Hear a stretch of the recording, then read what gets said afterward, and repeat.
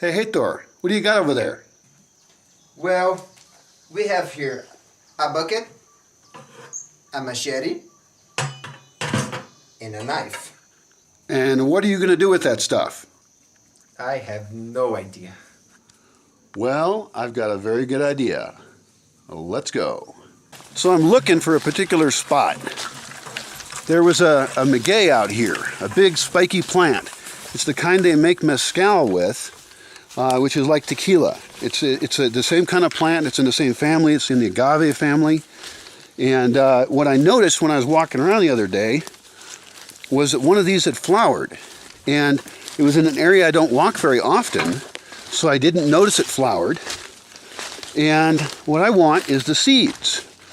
So most of the seed pods have already opened up. Oh, I can see it over there.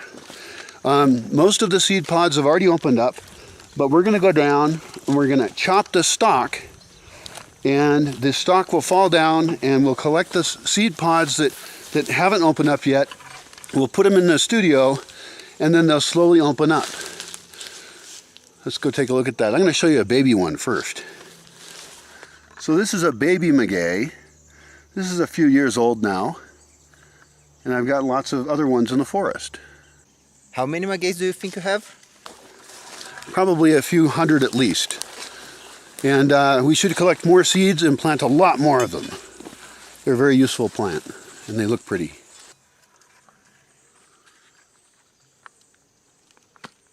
Why is it dead? Well, this kind of plant, normally it grows a flower one time and then it dies. Some people call these century plants. They don't actually mature in a century. It's about 5 to 9 years actually. So they have one chance at reproducing. Sometimes they'll have ones come out the side. So there's cases where that's not always true, but normally it's one chance to flower, then they die. So our plan is to chop this big stalk down with the machete. And you'll notice how the seed pods down the bottom are all brown. And they've already opened up and dropped the seeds. Almost none of those seeds will actually germinate on the ground. But if we would have caught this earlier, we could have got all the seed pods. In any case, we'll get some. And so instead of having like almost no babies produced from this flowering, we can make thousands of plants off of one flower if we treat the seeds right. This is called seed collecting. And since humans are so good at destroying life everywhere, it's nice if we have a chance occasionally to get in there and collect seeds and make life. That's good. Yeah. Let's go. All right, let's chop it up. That's quite an impressive flower, really. And they're kind of fun to watch. They take many months to grow up because it's really as thick as a tree here. It's a little softer than a tree would be, but it's still, as you can see, still takes some real work to chop through that. Here we go.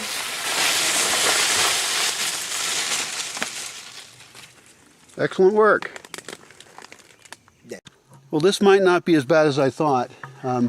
There's fresh pods up at the top, but even some of these older pods still have seeds in them. So I can collect some of these in the bucket and then we'll dry them out.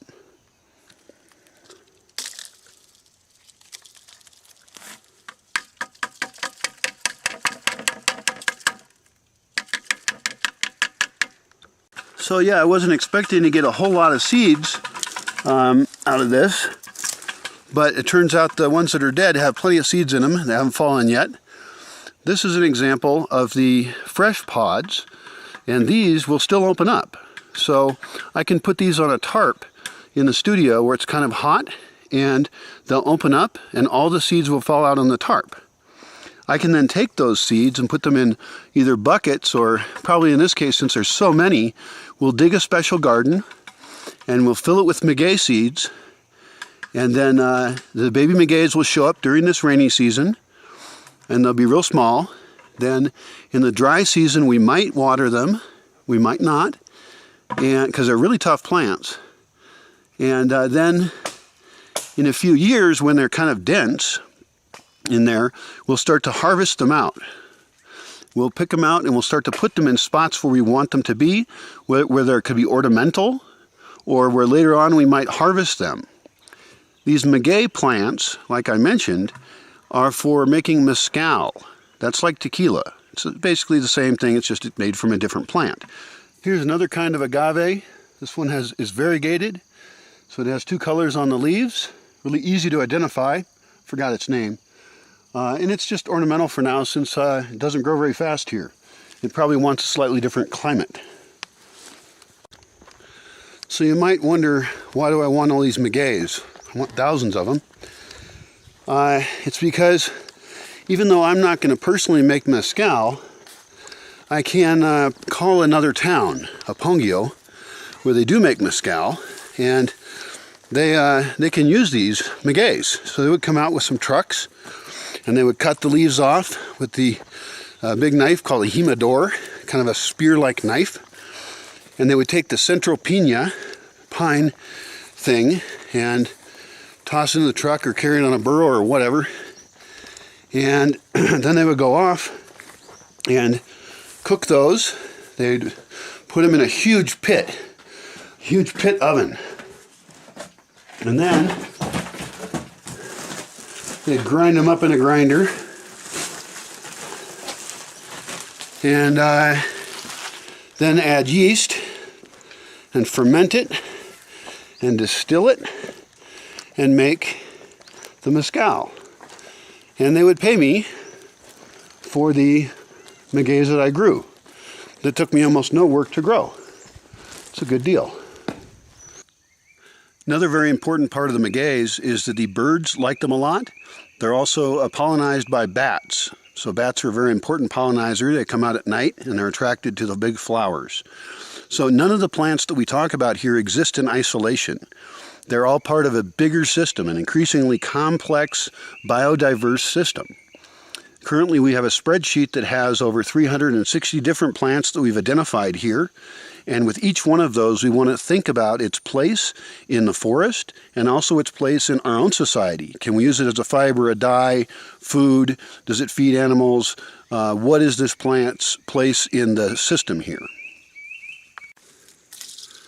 So you may not have magueys where you live, but hopefully you're getting the idea that you can collect seeds and propagate them.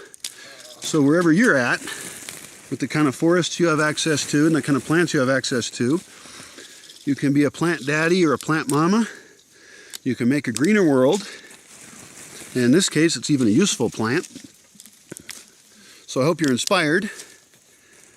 Also, if you like these videos, you can donate, because donating helps us be able to host work trade people like Heitor, and also helps us pay local labor and helps with the local economy in the community.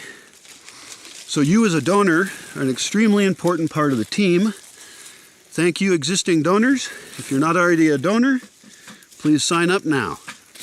Thanks.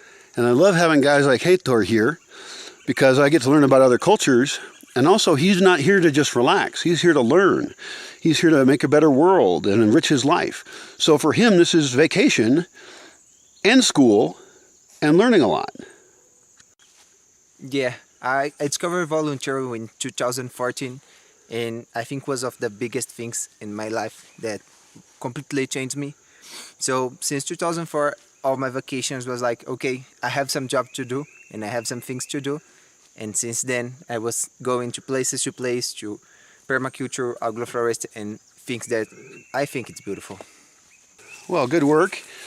I put most of my seed pods in a bag, and I just took them whole. And then Heitor is knocking off the seeds to fill up a bucket. So it's two different methods, pretty much igual, same thing. It'll work out. All right, I think we got enough. I think we have enough. We have 1,000 of magueys now. Yeah, a lot. Well, let's head up. Here you go. All right, so we got a tarp here. We can dump these seed pods out.